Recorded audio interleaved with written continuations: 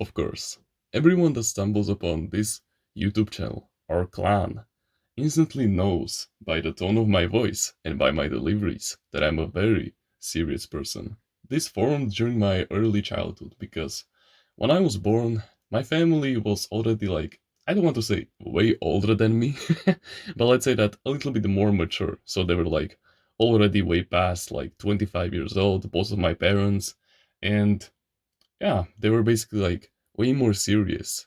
Like, yeah, my mom still talked to me like in a baby voice and stuff like that, but the serious tone was way more prevalent than like the extroverted, the full of joy voice. You understand what I'm trying to say? And so, for most of my life, I just got used to talking like this because this is just how I normally talked with one of my family members. They were most of the time just describing serious concepts to me, like, for example, hard times that they went through when they were younger, or, for example, some kind of a serious topic, like when they were having some troubles and they were talking to me about it. So, like, filtering out the anger and stuff like that. Yeah, they had me for it, and I was always there for them.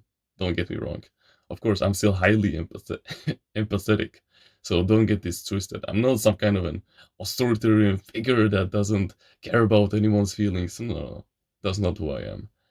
Even though I may have a deep voice, I still care about others. And yeah, especially when someone needs my help, I am always there for them.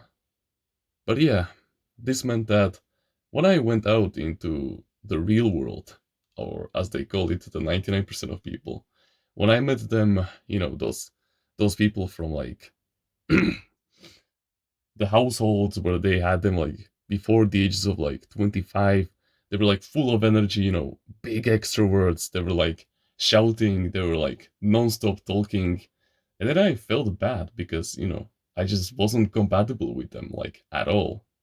And yeah, they were talking like on and on and on. And even when they were talking to me, they were most of the times just carrying the conversation. And I even felt bad, that I was just listening most of the time and that I wasn't contributing in any kind of way to the conversation. Of course, that was just a limiting belief that I had no life stories to tell, no value.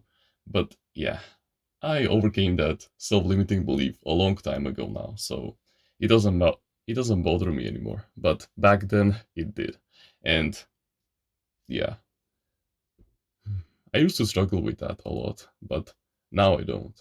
Because yeah, when you take into account that I come from a very serious household that is also very mature, and when you also take into the fact that I'm an introvert by nature, yeah, you get a combination that is like very authoritarian, who likes his peace, who just likes to just sit down and read a book that is his source of relaxation, or just work or something that is aligned to his purpose in life or whatever.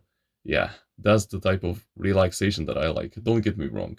I still like to talk to people, of course, because we are social animals by nature, and I couldn't even imagine myself not having any kind of relationships whatsoever.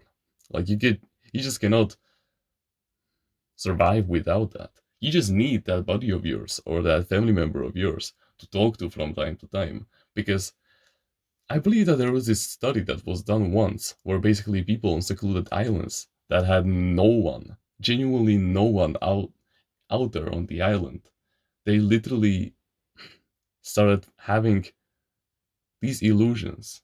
I don't remember exactly the word, but basically, of basically like people staring back at them.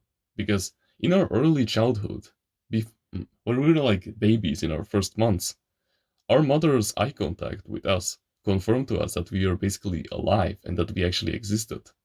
Meaning that if we don't have that, then we are fucked. Our mental health is goes to shit, and yeah, it just doesn't work. But after all that, after all of these times where I didn't realize just how unique I was to the outside world, I then realized that after so many months of self mastery, after reading so many books on communication, after developing my mental health to this point, I believe that around hmm, summer of 2023, Yeah, it's where it all began. The giant realization that officially ended in like, I believe April of 2024. Yeah, it took me a long time to realize this. That subconsciously, I developed the most powerful conversation ability that everyone needs to develop at one point, and that is the ability of silence. Now, I cannot stress just how powerful this ability is. Just like, let, let me tell you this, right? If a family member, or your girl, or some kind of a friend of yours is literally pouring their heart out to you because they're going through some kind of a tough time, let me tell you, the 99% of people, they will be quickly jumping to arguments. Like, let's say that your girl or whatever would be complaining to you that this guy, for example, beat her up like 9 years ago. And think about it. It's actually way better for the other person to just talk all of it out. And because most of the time they will just solve the problem by themselves. Because they are developing the mental clarity of the entire situation. Like this has been confirmed to me a lot of times by now. Because I've talked to many people who were at their lowest. Let me tell you. There's been a lot of them. And every time I literally see this perfectly, even if it takes like 2 hours of them just talking on and on and on and on. And I don't care how uncomfortable the conversation gets. In the end, they always just have that mental clarity click and they literally start a new beginning. They literally make a whole realization. They literally just are so grateful to you that they actually have someone to talk to about this and they get that mental clarity. And guess what? If they were with the 99% of people that are weak, that indulge in gossip, that cannot control their eating habits, that they cannot control their dopamine baseline, they would be like, "Oh yeah, fuck that guy. Oh yeah, why don't you call him right now and tell him the truth?" They would be quickly jumping to conclusions. But no, even if you're like in a club or some kind of a social gathering, like the conversations aren't so serious, you know what I'm saying, just like good nature, just like healthy vibes and whatever. Yeah, even then, you still need to wait at least 3 seconds until you say something, just like that. I don't care, just if it is like literally a degenerate party, you always must retain that silence. And why? Because people will respect you more. Your words will have a bigger impact, and that's everything that you want, right? Like even if you're like a full-on extrovert, you still want the respect from other people, right? And you will get this by actually sticking to your values and being a good and a mature timeless leader who can always wait until he responds to that statement. And that's exactly what you need. You need to develop the skill of silence. You must control your emotions so that you don't say something dumb. You must always just wait at least like 3 seconds. Like that's literally it until the other person responds, because most of the time, if they are pouring their heart out, they are telling something very important to you. And yeah, you just need to wait and make them create their own conclusions, because most of the time these people are just acting out of emotional highs, meaning that they don't have clear clarity of what they actually want. They don't know what they are talking about. They're just spewing out, and yeah, they're just putting those pieces together as they are talking to you. So why don't you let them cook? Quite literally, and just let them talk out. And even when it comes to just casual conversations that aren't as serious, you must always just wait until the other person finishes. Because if you just quickly jump to conclusions, you'll mess up the entire process and it just won't look nice. Let me tell you, that got confirmed to me a lot of times. So yeah, you must develop your emotional intelligence, brother. That's exactly what you need. And you must apply the 80-20 rule in conversations, meaning that you let them talk 80% of the time and you just talk like 20% of the time. This does not just apply to women, this also applies to men also. Because you want to make the other person seem important, right? You already know everything about yourself. But do you know everything about the other person?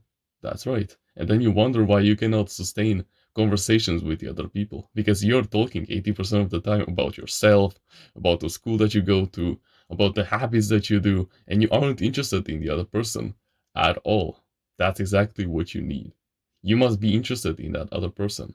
And like, let's say that they're talking, for example, and they're saying something like, "Oh yeah, so I went I went there and there was this nice guy and we boxed together and you're in the background saying something like yeah yeah you like the rapper for example like in a rap music for example you know how you have like a collaboration between two artists and the person in the background is like doing the background lyrics is like oh yeah or or whatever. You understand what I'm trying to say. Just let the other person talk most of the time. And yeah, you'll just cultivate so much respect from this. Yeah, and that's about it. So discipline yourself to wait, have the willpower to resist, actually interrupting the conversation, control your emotions. So like, yeah. So just don't act out of emotional highs. So like retain your own emotional control and don't be unstable like them and don't just quickly jump to conclusions. And yeah, that's about it. That's basically the entire game. So cultivate that silence of the king, and let me tell you, so many new conversation topics will open up to you, and you will literally elevate as a human being and as a timeless reader on self mastery. If you want to learn about healthy mindsets that will guarantee you success in the long term and in the short term by mending your mental health and bring you on the right path, no matter what, no matter the life tests, no matter the goal, then I highly suggest I should go check out Timeless Reader's Mindsets in the description.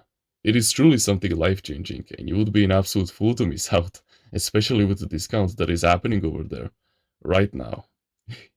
It will truly elevate you as a human being. Like you have genuinely no idea. And with that being said, thank you very much for watching this video, and remember, no one is better at being you